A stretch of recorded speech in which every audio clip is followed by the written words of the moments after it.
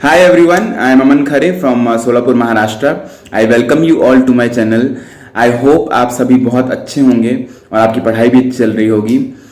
SSC CGL 2023 के mains को यानी टीयर 2 को अब आखिरी एक हफ्ता बचा है और मैं आशा करता हूं कि आपका प्रिपरेशन बहुत ही अच्छा चल रहा होगा. आज इस वीडियो में हम लोग बात करेंगे लास्ट के एक हफ्ते में कौन सी ऐसी चीजें हैं जिनका आपको ध्यान रखना चाहिए, और ये सब चीजें मैं अपने पर्सनल एक्सपीरियंस से बताऊंगा जिनसे मुझे हेल्प मिली थी. तो मैं आशा करूंगा कि आपको भी इन चीजों का आप अगर यूज करते हैं, यूटिलाइज करते हैं इन टिप्स को, तो आपको भी बहुत हेल्प मिलेगी. सबसे पहली बात तो ये कि अब एक हफ्ता बचा है और ऑलरेडी बहुत सारे रीजन्स का एडमिट कार्ड स्टेटस आ चुका है. कुछ का एडमिट कार्ड भी जल्दी आ जाएगा. तो जैसे ही स्टेटस आता है आपको अपना बुकिंग कर लेना है ट्रेन का या बस का, जिस भी कन्वीनियंस से आप सेंटर तक पहुंचेंगे. बहुत बार ऐसा होता है कि जो आपका सेंटर है जहां आप रहते हैं वहां से 500-600 किलोमीटर्स दूर होता है.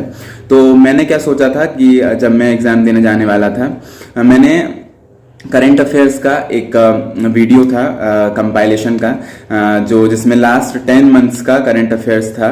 और वो वीडियो ऐसा था कि 10 to 12 आवर्स का था.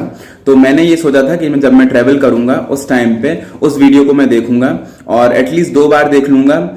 2 बार कैसे? पहली बार आप उसको अभी से शुरू कर दीजिए थोड़ा थोड़ा देखना, और दूसरी चीज ये है कि जब आप ट्रेवल करेंगे उसको आपको 2x स्पीड पे 1.5x स्पीड पे देखेंगे आप, तो आपको अपने आप सारी चीजें अपडेट हो जाएंगी. मैं इसीलिए बोल रहा हूं आपको ये कंपाइलेशन को देखने के लिए, क्योंकि अगर आप कंपाइलेशन देखेंगे तो पहली बात तो ये कि आपको जो अपडेटेड अपॉइंटमेंट्स हैं, अपडेटेड चीजें हैं, वो सारी आपको मिल जाएंगी.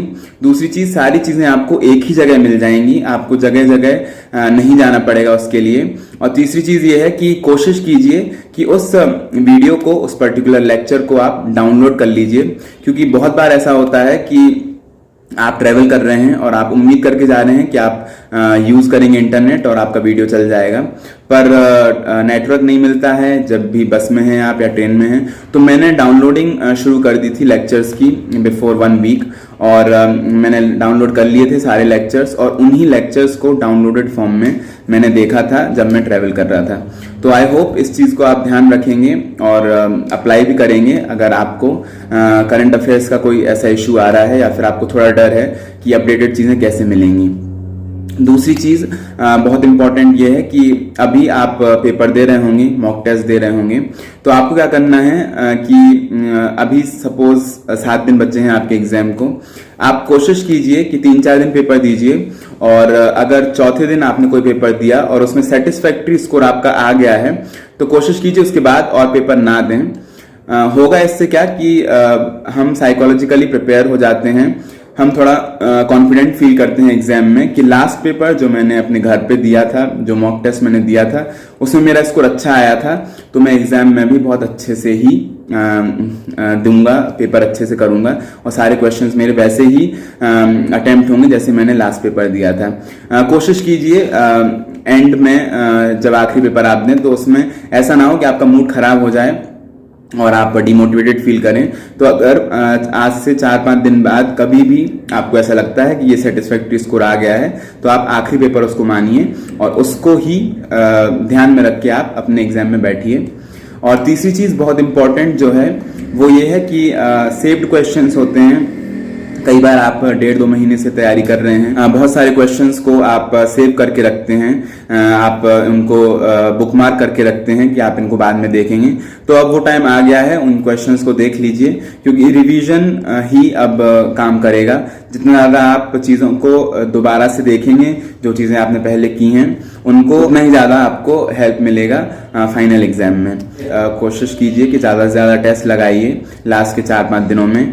मुझे याद है मैंने आखिरी दिन में जब मैंने 2021 का मेंस दिया था, उस टाइम पे 2 पेपर होते थे CGL टीयर 2 में, इंग्लिश का और मैथ्स का. तो मैंने एक दिन में 6 पेपर लगाए थे, उसमें से 4 पेपर इंग्लिश के थे और 2 पेपर मैथ्स के थे. तो 2-2 घंटे का पेपर होता था।